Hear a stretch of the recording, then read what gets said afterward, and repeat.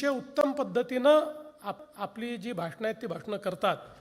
पण दुर्दैवाने अलीकडच्या काळामध्ये मला असं वाटतं की अनेक वेळा विनोदाला अस्मितेशी जोडलं जातं आणि त्यामुळे त्या विनोदातलं जे काही मर्म आहेत ते पण निघून जातं आणि विनोद करण्याचं म्हणजे मगाशी जसं नीलम त्यांनी सांगितलं की घाबरून घाबरून माणूस विनोद करायला लागलेला आहे की बाबा याचा काय नेमका अर्थ निघेल आणि दिवसभर काय माध्यमांमध्ये चालेल हे देखील त्या ठिकाणी सांगता येत नाही. त्यामुळे मला असं वाटतं की कुठेतरी तो निखळ आनंद जो आपल्या भाषणातला आहे तो देखील कमी झालेला आहे. पण निश्चितपणे मला असं वाटतं की मराठी साहित्याने मराठी भाषेने इतकं मोठं आपल्याला या ठिकाणी सगळं साहित्य दिलेलं आहे, हा विचार दिलेला आहे.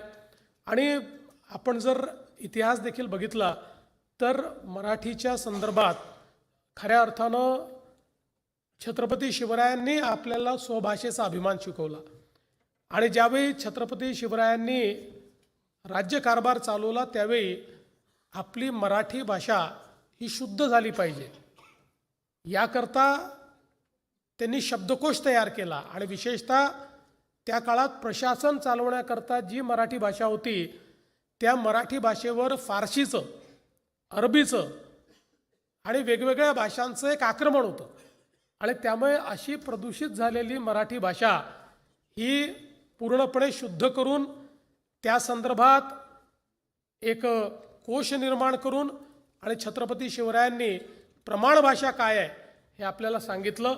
त्यामुळे भाषेचा जो आपला अभिमान आहे हा अभिमान छत्रपती शिवरायांपासून त्या ठिकाणी सुरू होतो आणि भाषेची आपली जी यात्रा आहे ती यात्रा अर्थातच कुठेतरी ज्ञानोबा तुकोबांच्या या सगळ्या प्रवासातनं आपल्याला पाहायला मिळते.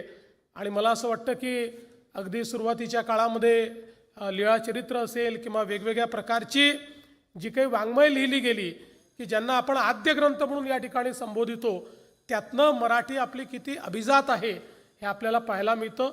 खरं म्हणजे या गोष्टीचा देखील आपल्या सर्वांनाच आनंद आहे की आपण तर मराठीला अभिजात आहे हे मानतच होतो पण त्याला राजाश्रय मिळण्याची आवश्यकता होती. माननीय मोदीजींनी मराठीला राजश्रय देत त्याला अभिजात भाषेचा दर्जा दिला आणि म्हणून आपल्या सर्वांकरता ही अभिमानाची गोष्ट आहे. खरं म्हणजे कविश्रेष्ठ कुसुमाग्रजांनी म्हटलं, माझ्या मराठी मातीचा लावा ललाटास टिळा, तिच्या संगाने जगल्या दऱ्या खोऱ्यातील शिळा. अशा पद्धतीची आपली ही मराठी भाषा आणि मला असं वाटतं की या भाषेची श्रीमंती आजही अगदी तासभराच्या कार्यक्रमामध्ये आपल्याला पाहायला मिळाली. खरं म्हणजे सगळ्यांनीच या ठिकाणी सांगितलं की आपली ही भाषा महाराष्ट्रातल्या दर 5-7 किलोमीटरवर कशी बदलते आणि माझ्यासारखा विदर्भातला माणूस मुंबईला आल्यानंतर सुरुवातीच्या काळामध्ये फार आम्हाला अडचणी होत्या कारण शब्दाला काबे साल्या असं अतिशय सांस्कृतिक मराठी मी बोलायचो. पण इथे आल्यानंतर माझ्या असं लक्षात आलं की ही संस्कृती मुंबईला काही पटण्यासारखी नाही आहे आणि पुण्यात तर मला त्या ठिकाणी बहिष्कृतच केलं जाईल. त्यामुळे मी आपलं हळूहळू थोडंसं स्वतःला म्हणजे चांगलं मराठी कसं बोलता येईल याच्याकडे मी नेलं. पण प्रत्येक भागातल्या मराठीचा आपला एक गोडवा आहे, तो गोडवा आपल्याला कायमच ठेवायचा आहे. आणि त्यासोबत सगळ्यात महत्त्वाचं आहे की आज आपण सगळे लोक मराठीचा या ठिकाणी गौरव करतो आहोत. तर या गौरवाच्या निमित्ताने आपली भाषा ही जास्तीत जास्त लोकांपर्यंत पोचली पाहिजे आणि त्यातलं जे अभिजात साहित्य आहे ते जास्तीत जास्त लोकांपर्यंत पोचलं पाहिजे. यातल्या ज्या लोककला आहेत, कारण भाषा ही केवळ अभिजात साहित्याने जिवंत राहते असं नाही तर ती लोकभाषेमुळे लोककलेमुळे त्या ठिकाणी जिवंत असते. त्यामुळे या लोककला आपल्याला आपलं लोकसाहित्य, आपलं लोकनाट्य, आपली लोकगीतं ही सगळी कशी आपल्याला जिवंत ठेवता येतील, ती कशी आपल्या पुढच्या पिढीपर्यंत आपल्याला नेता येईल हे आपल्याला बघावं लागेल. मगाची विंचू चावला आपण बघितलं.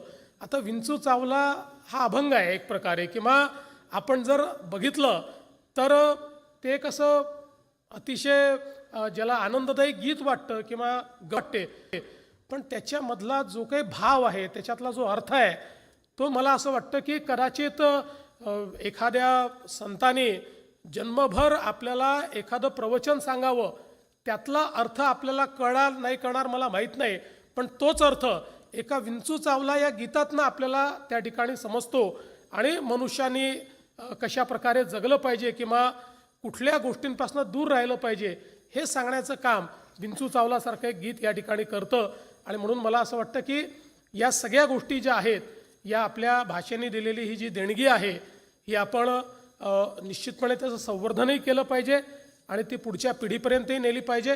आणि त्याचसोबत आपली भाषा ही ज्ञानभाषा असली पाहिजे, कारण जगाच्या पाठीवर त्याच भाषा जिवंत राहतात ज्या ज्ञानभाषा होतात, ज्या व्यवहार भाषा होतात, ज्या भाषेतनं व्यवहार चालतात. आपण बघितलं जगामध्ये इंग्रजी सगळ्यात मोठी भाषा आहे, कारण राज्यकर्त्यांची भाषा होती. राज्यकर्त्यांची भाषा ही जगाची भाषा होते आणि म्हणून आपणही आपल्या भाषेला ज्ञानभाषेमध्ये रूपांतरित करून कशा पद्धतीनं आपल्याला मराठीला पुढे नेता येईल, मराठीत शिकलेल्या जो व्यक्ती आहे, मराठी बोलणारा जो व्यक्ती आहे, याला मराठीमुळे प्रगती करता येते, अशा प्रकारचा भाव हा ज्यावेळी आपण जागृत करू त्याचवेळी मला असं वाटतं की भविष्यातली जी मराठी आहे त्याच्याकरता एक अतिशय मोकळी वाट आपण तयार करून देऊ. मी आज या निमित्ताने पुन्हा एकदा हा जो कार्यक्रम आहे या कार्यक्रमाकरता खूप खूप शुभेच्छा देतो. मराठी भाषेचं संवर्धन आपण करत राहूया अशा प्रकारच्या शुभेच्छा देतो. सगळ्या कलावंतांचं अभिनंदन करतो आणि या चांगल्या कार्यक्रमात मला बोलवलं त्याबद्दल आभार मानून 11:59 झालेले आहेत, 12 वाजायचे आहेत, त्याच्या आत मी माझं भाषण या ठिकाणी संपवतो. धन्यवाद. जय हिंद, जय महाराष्ट्र.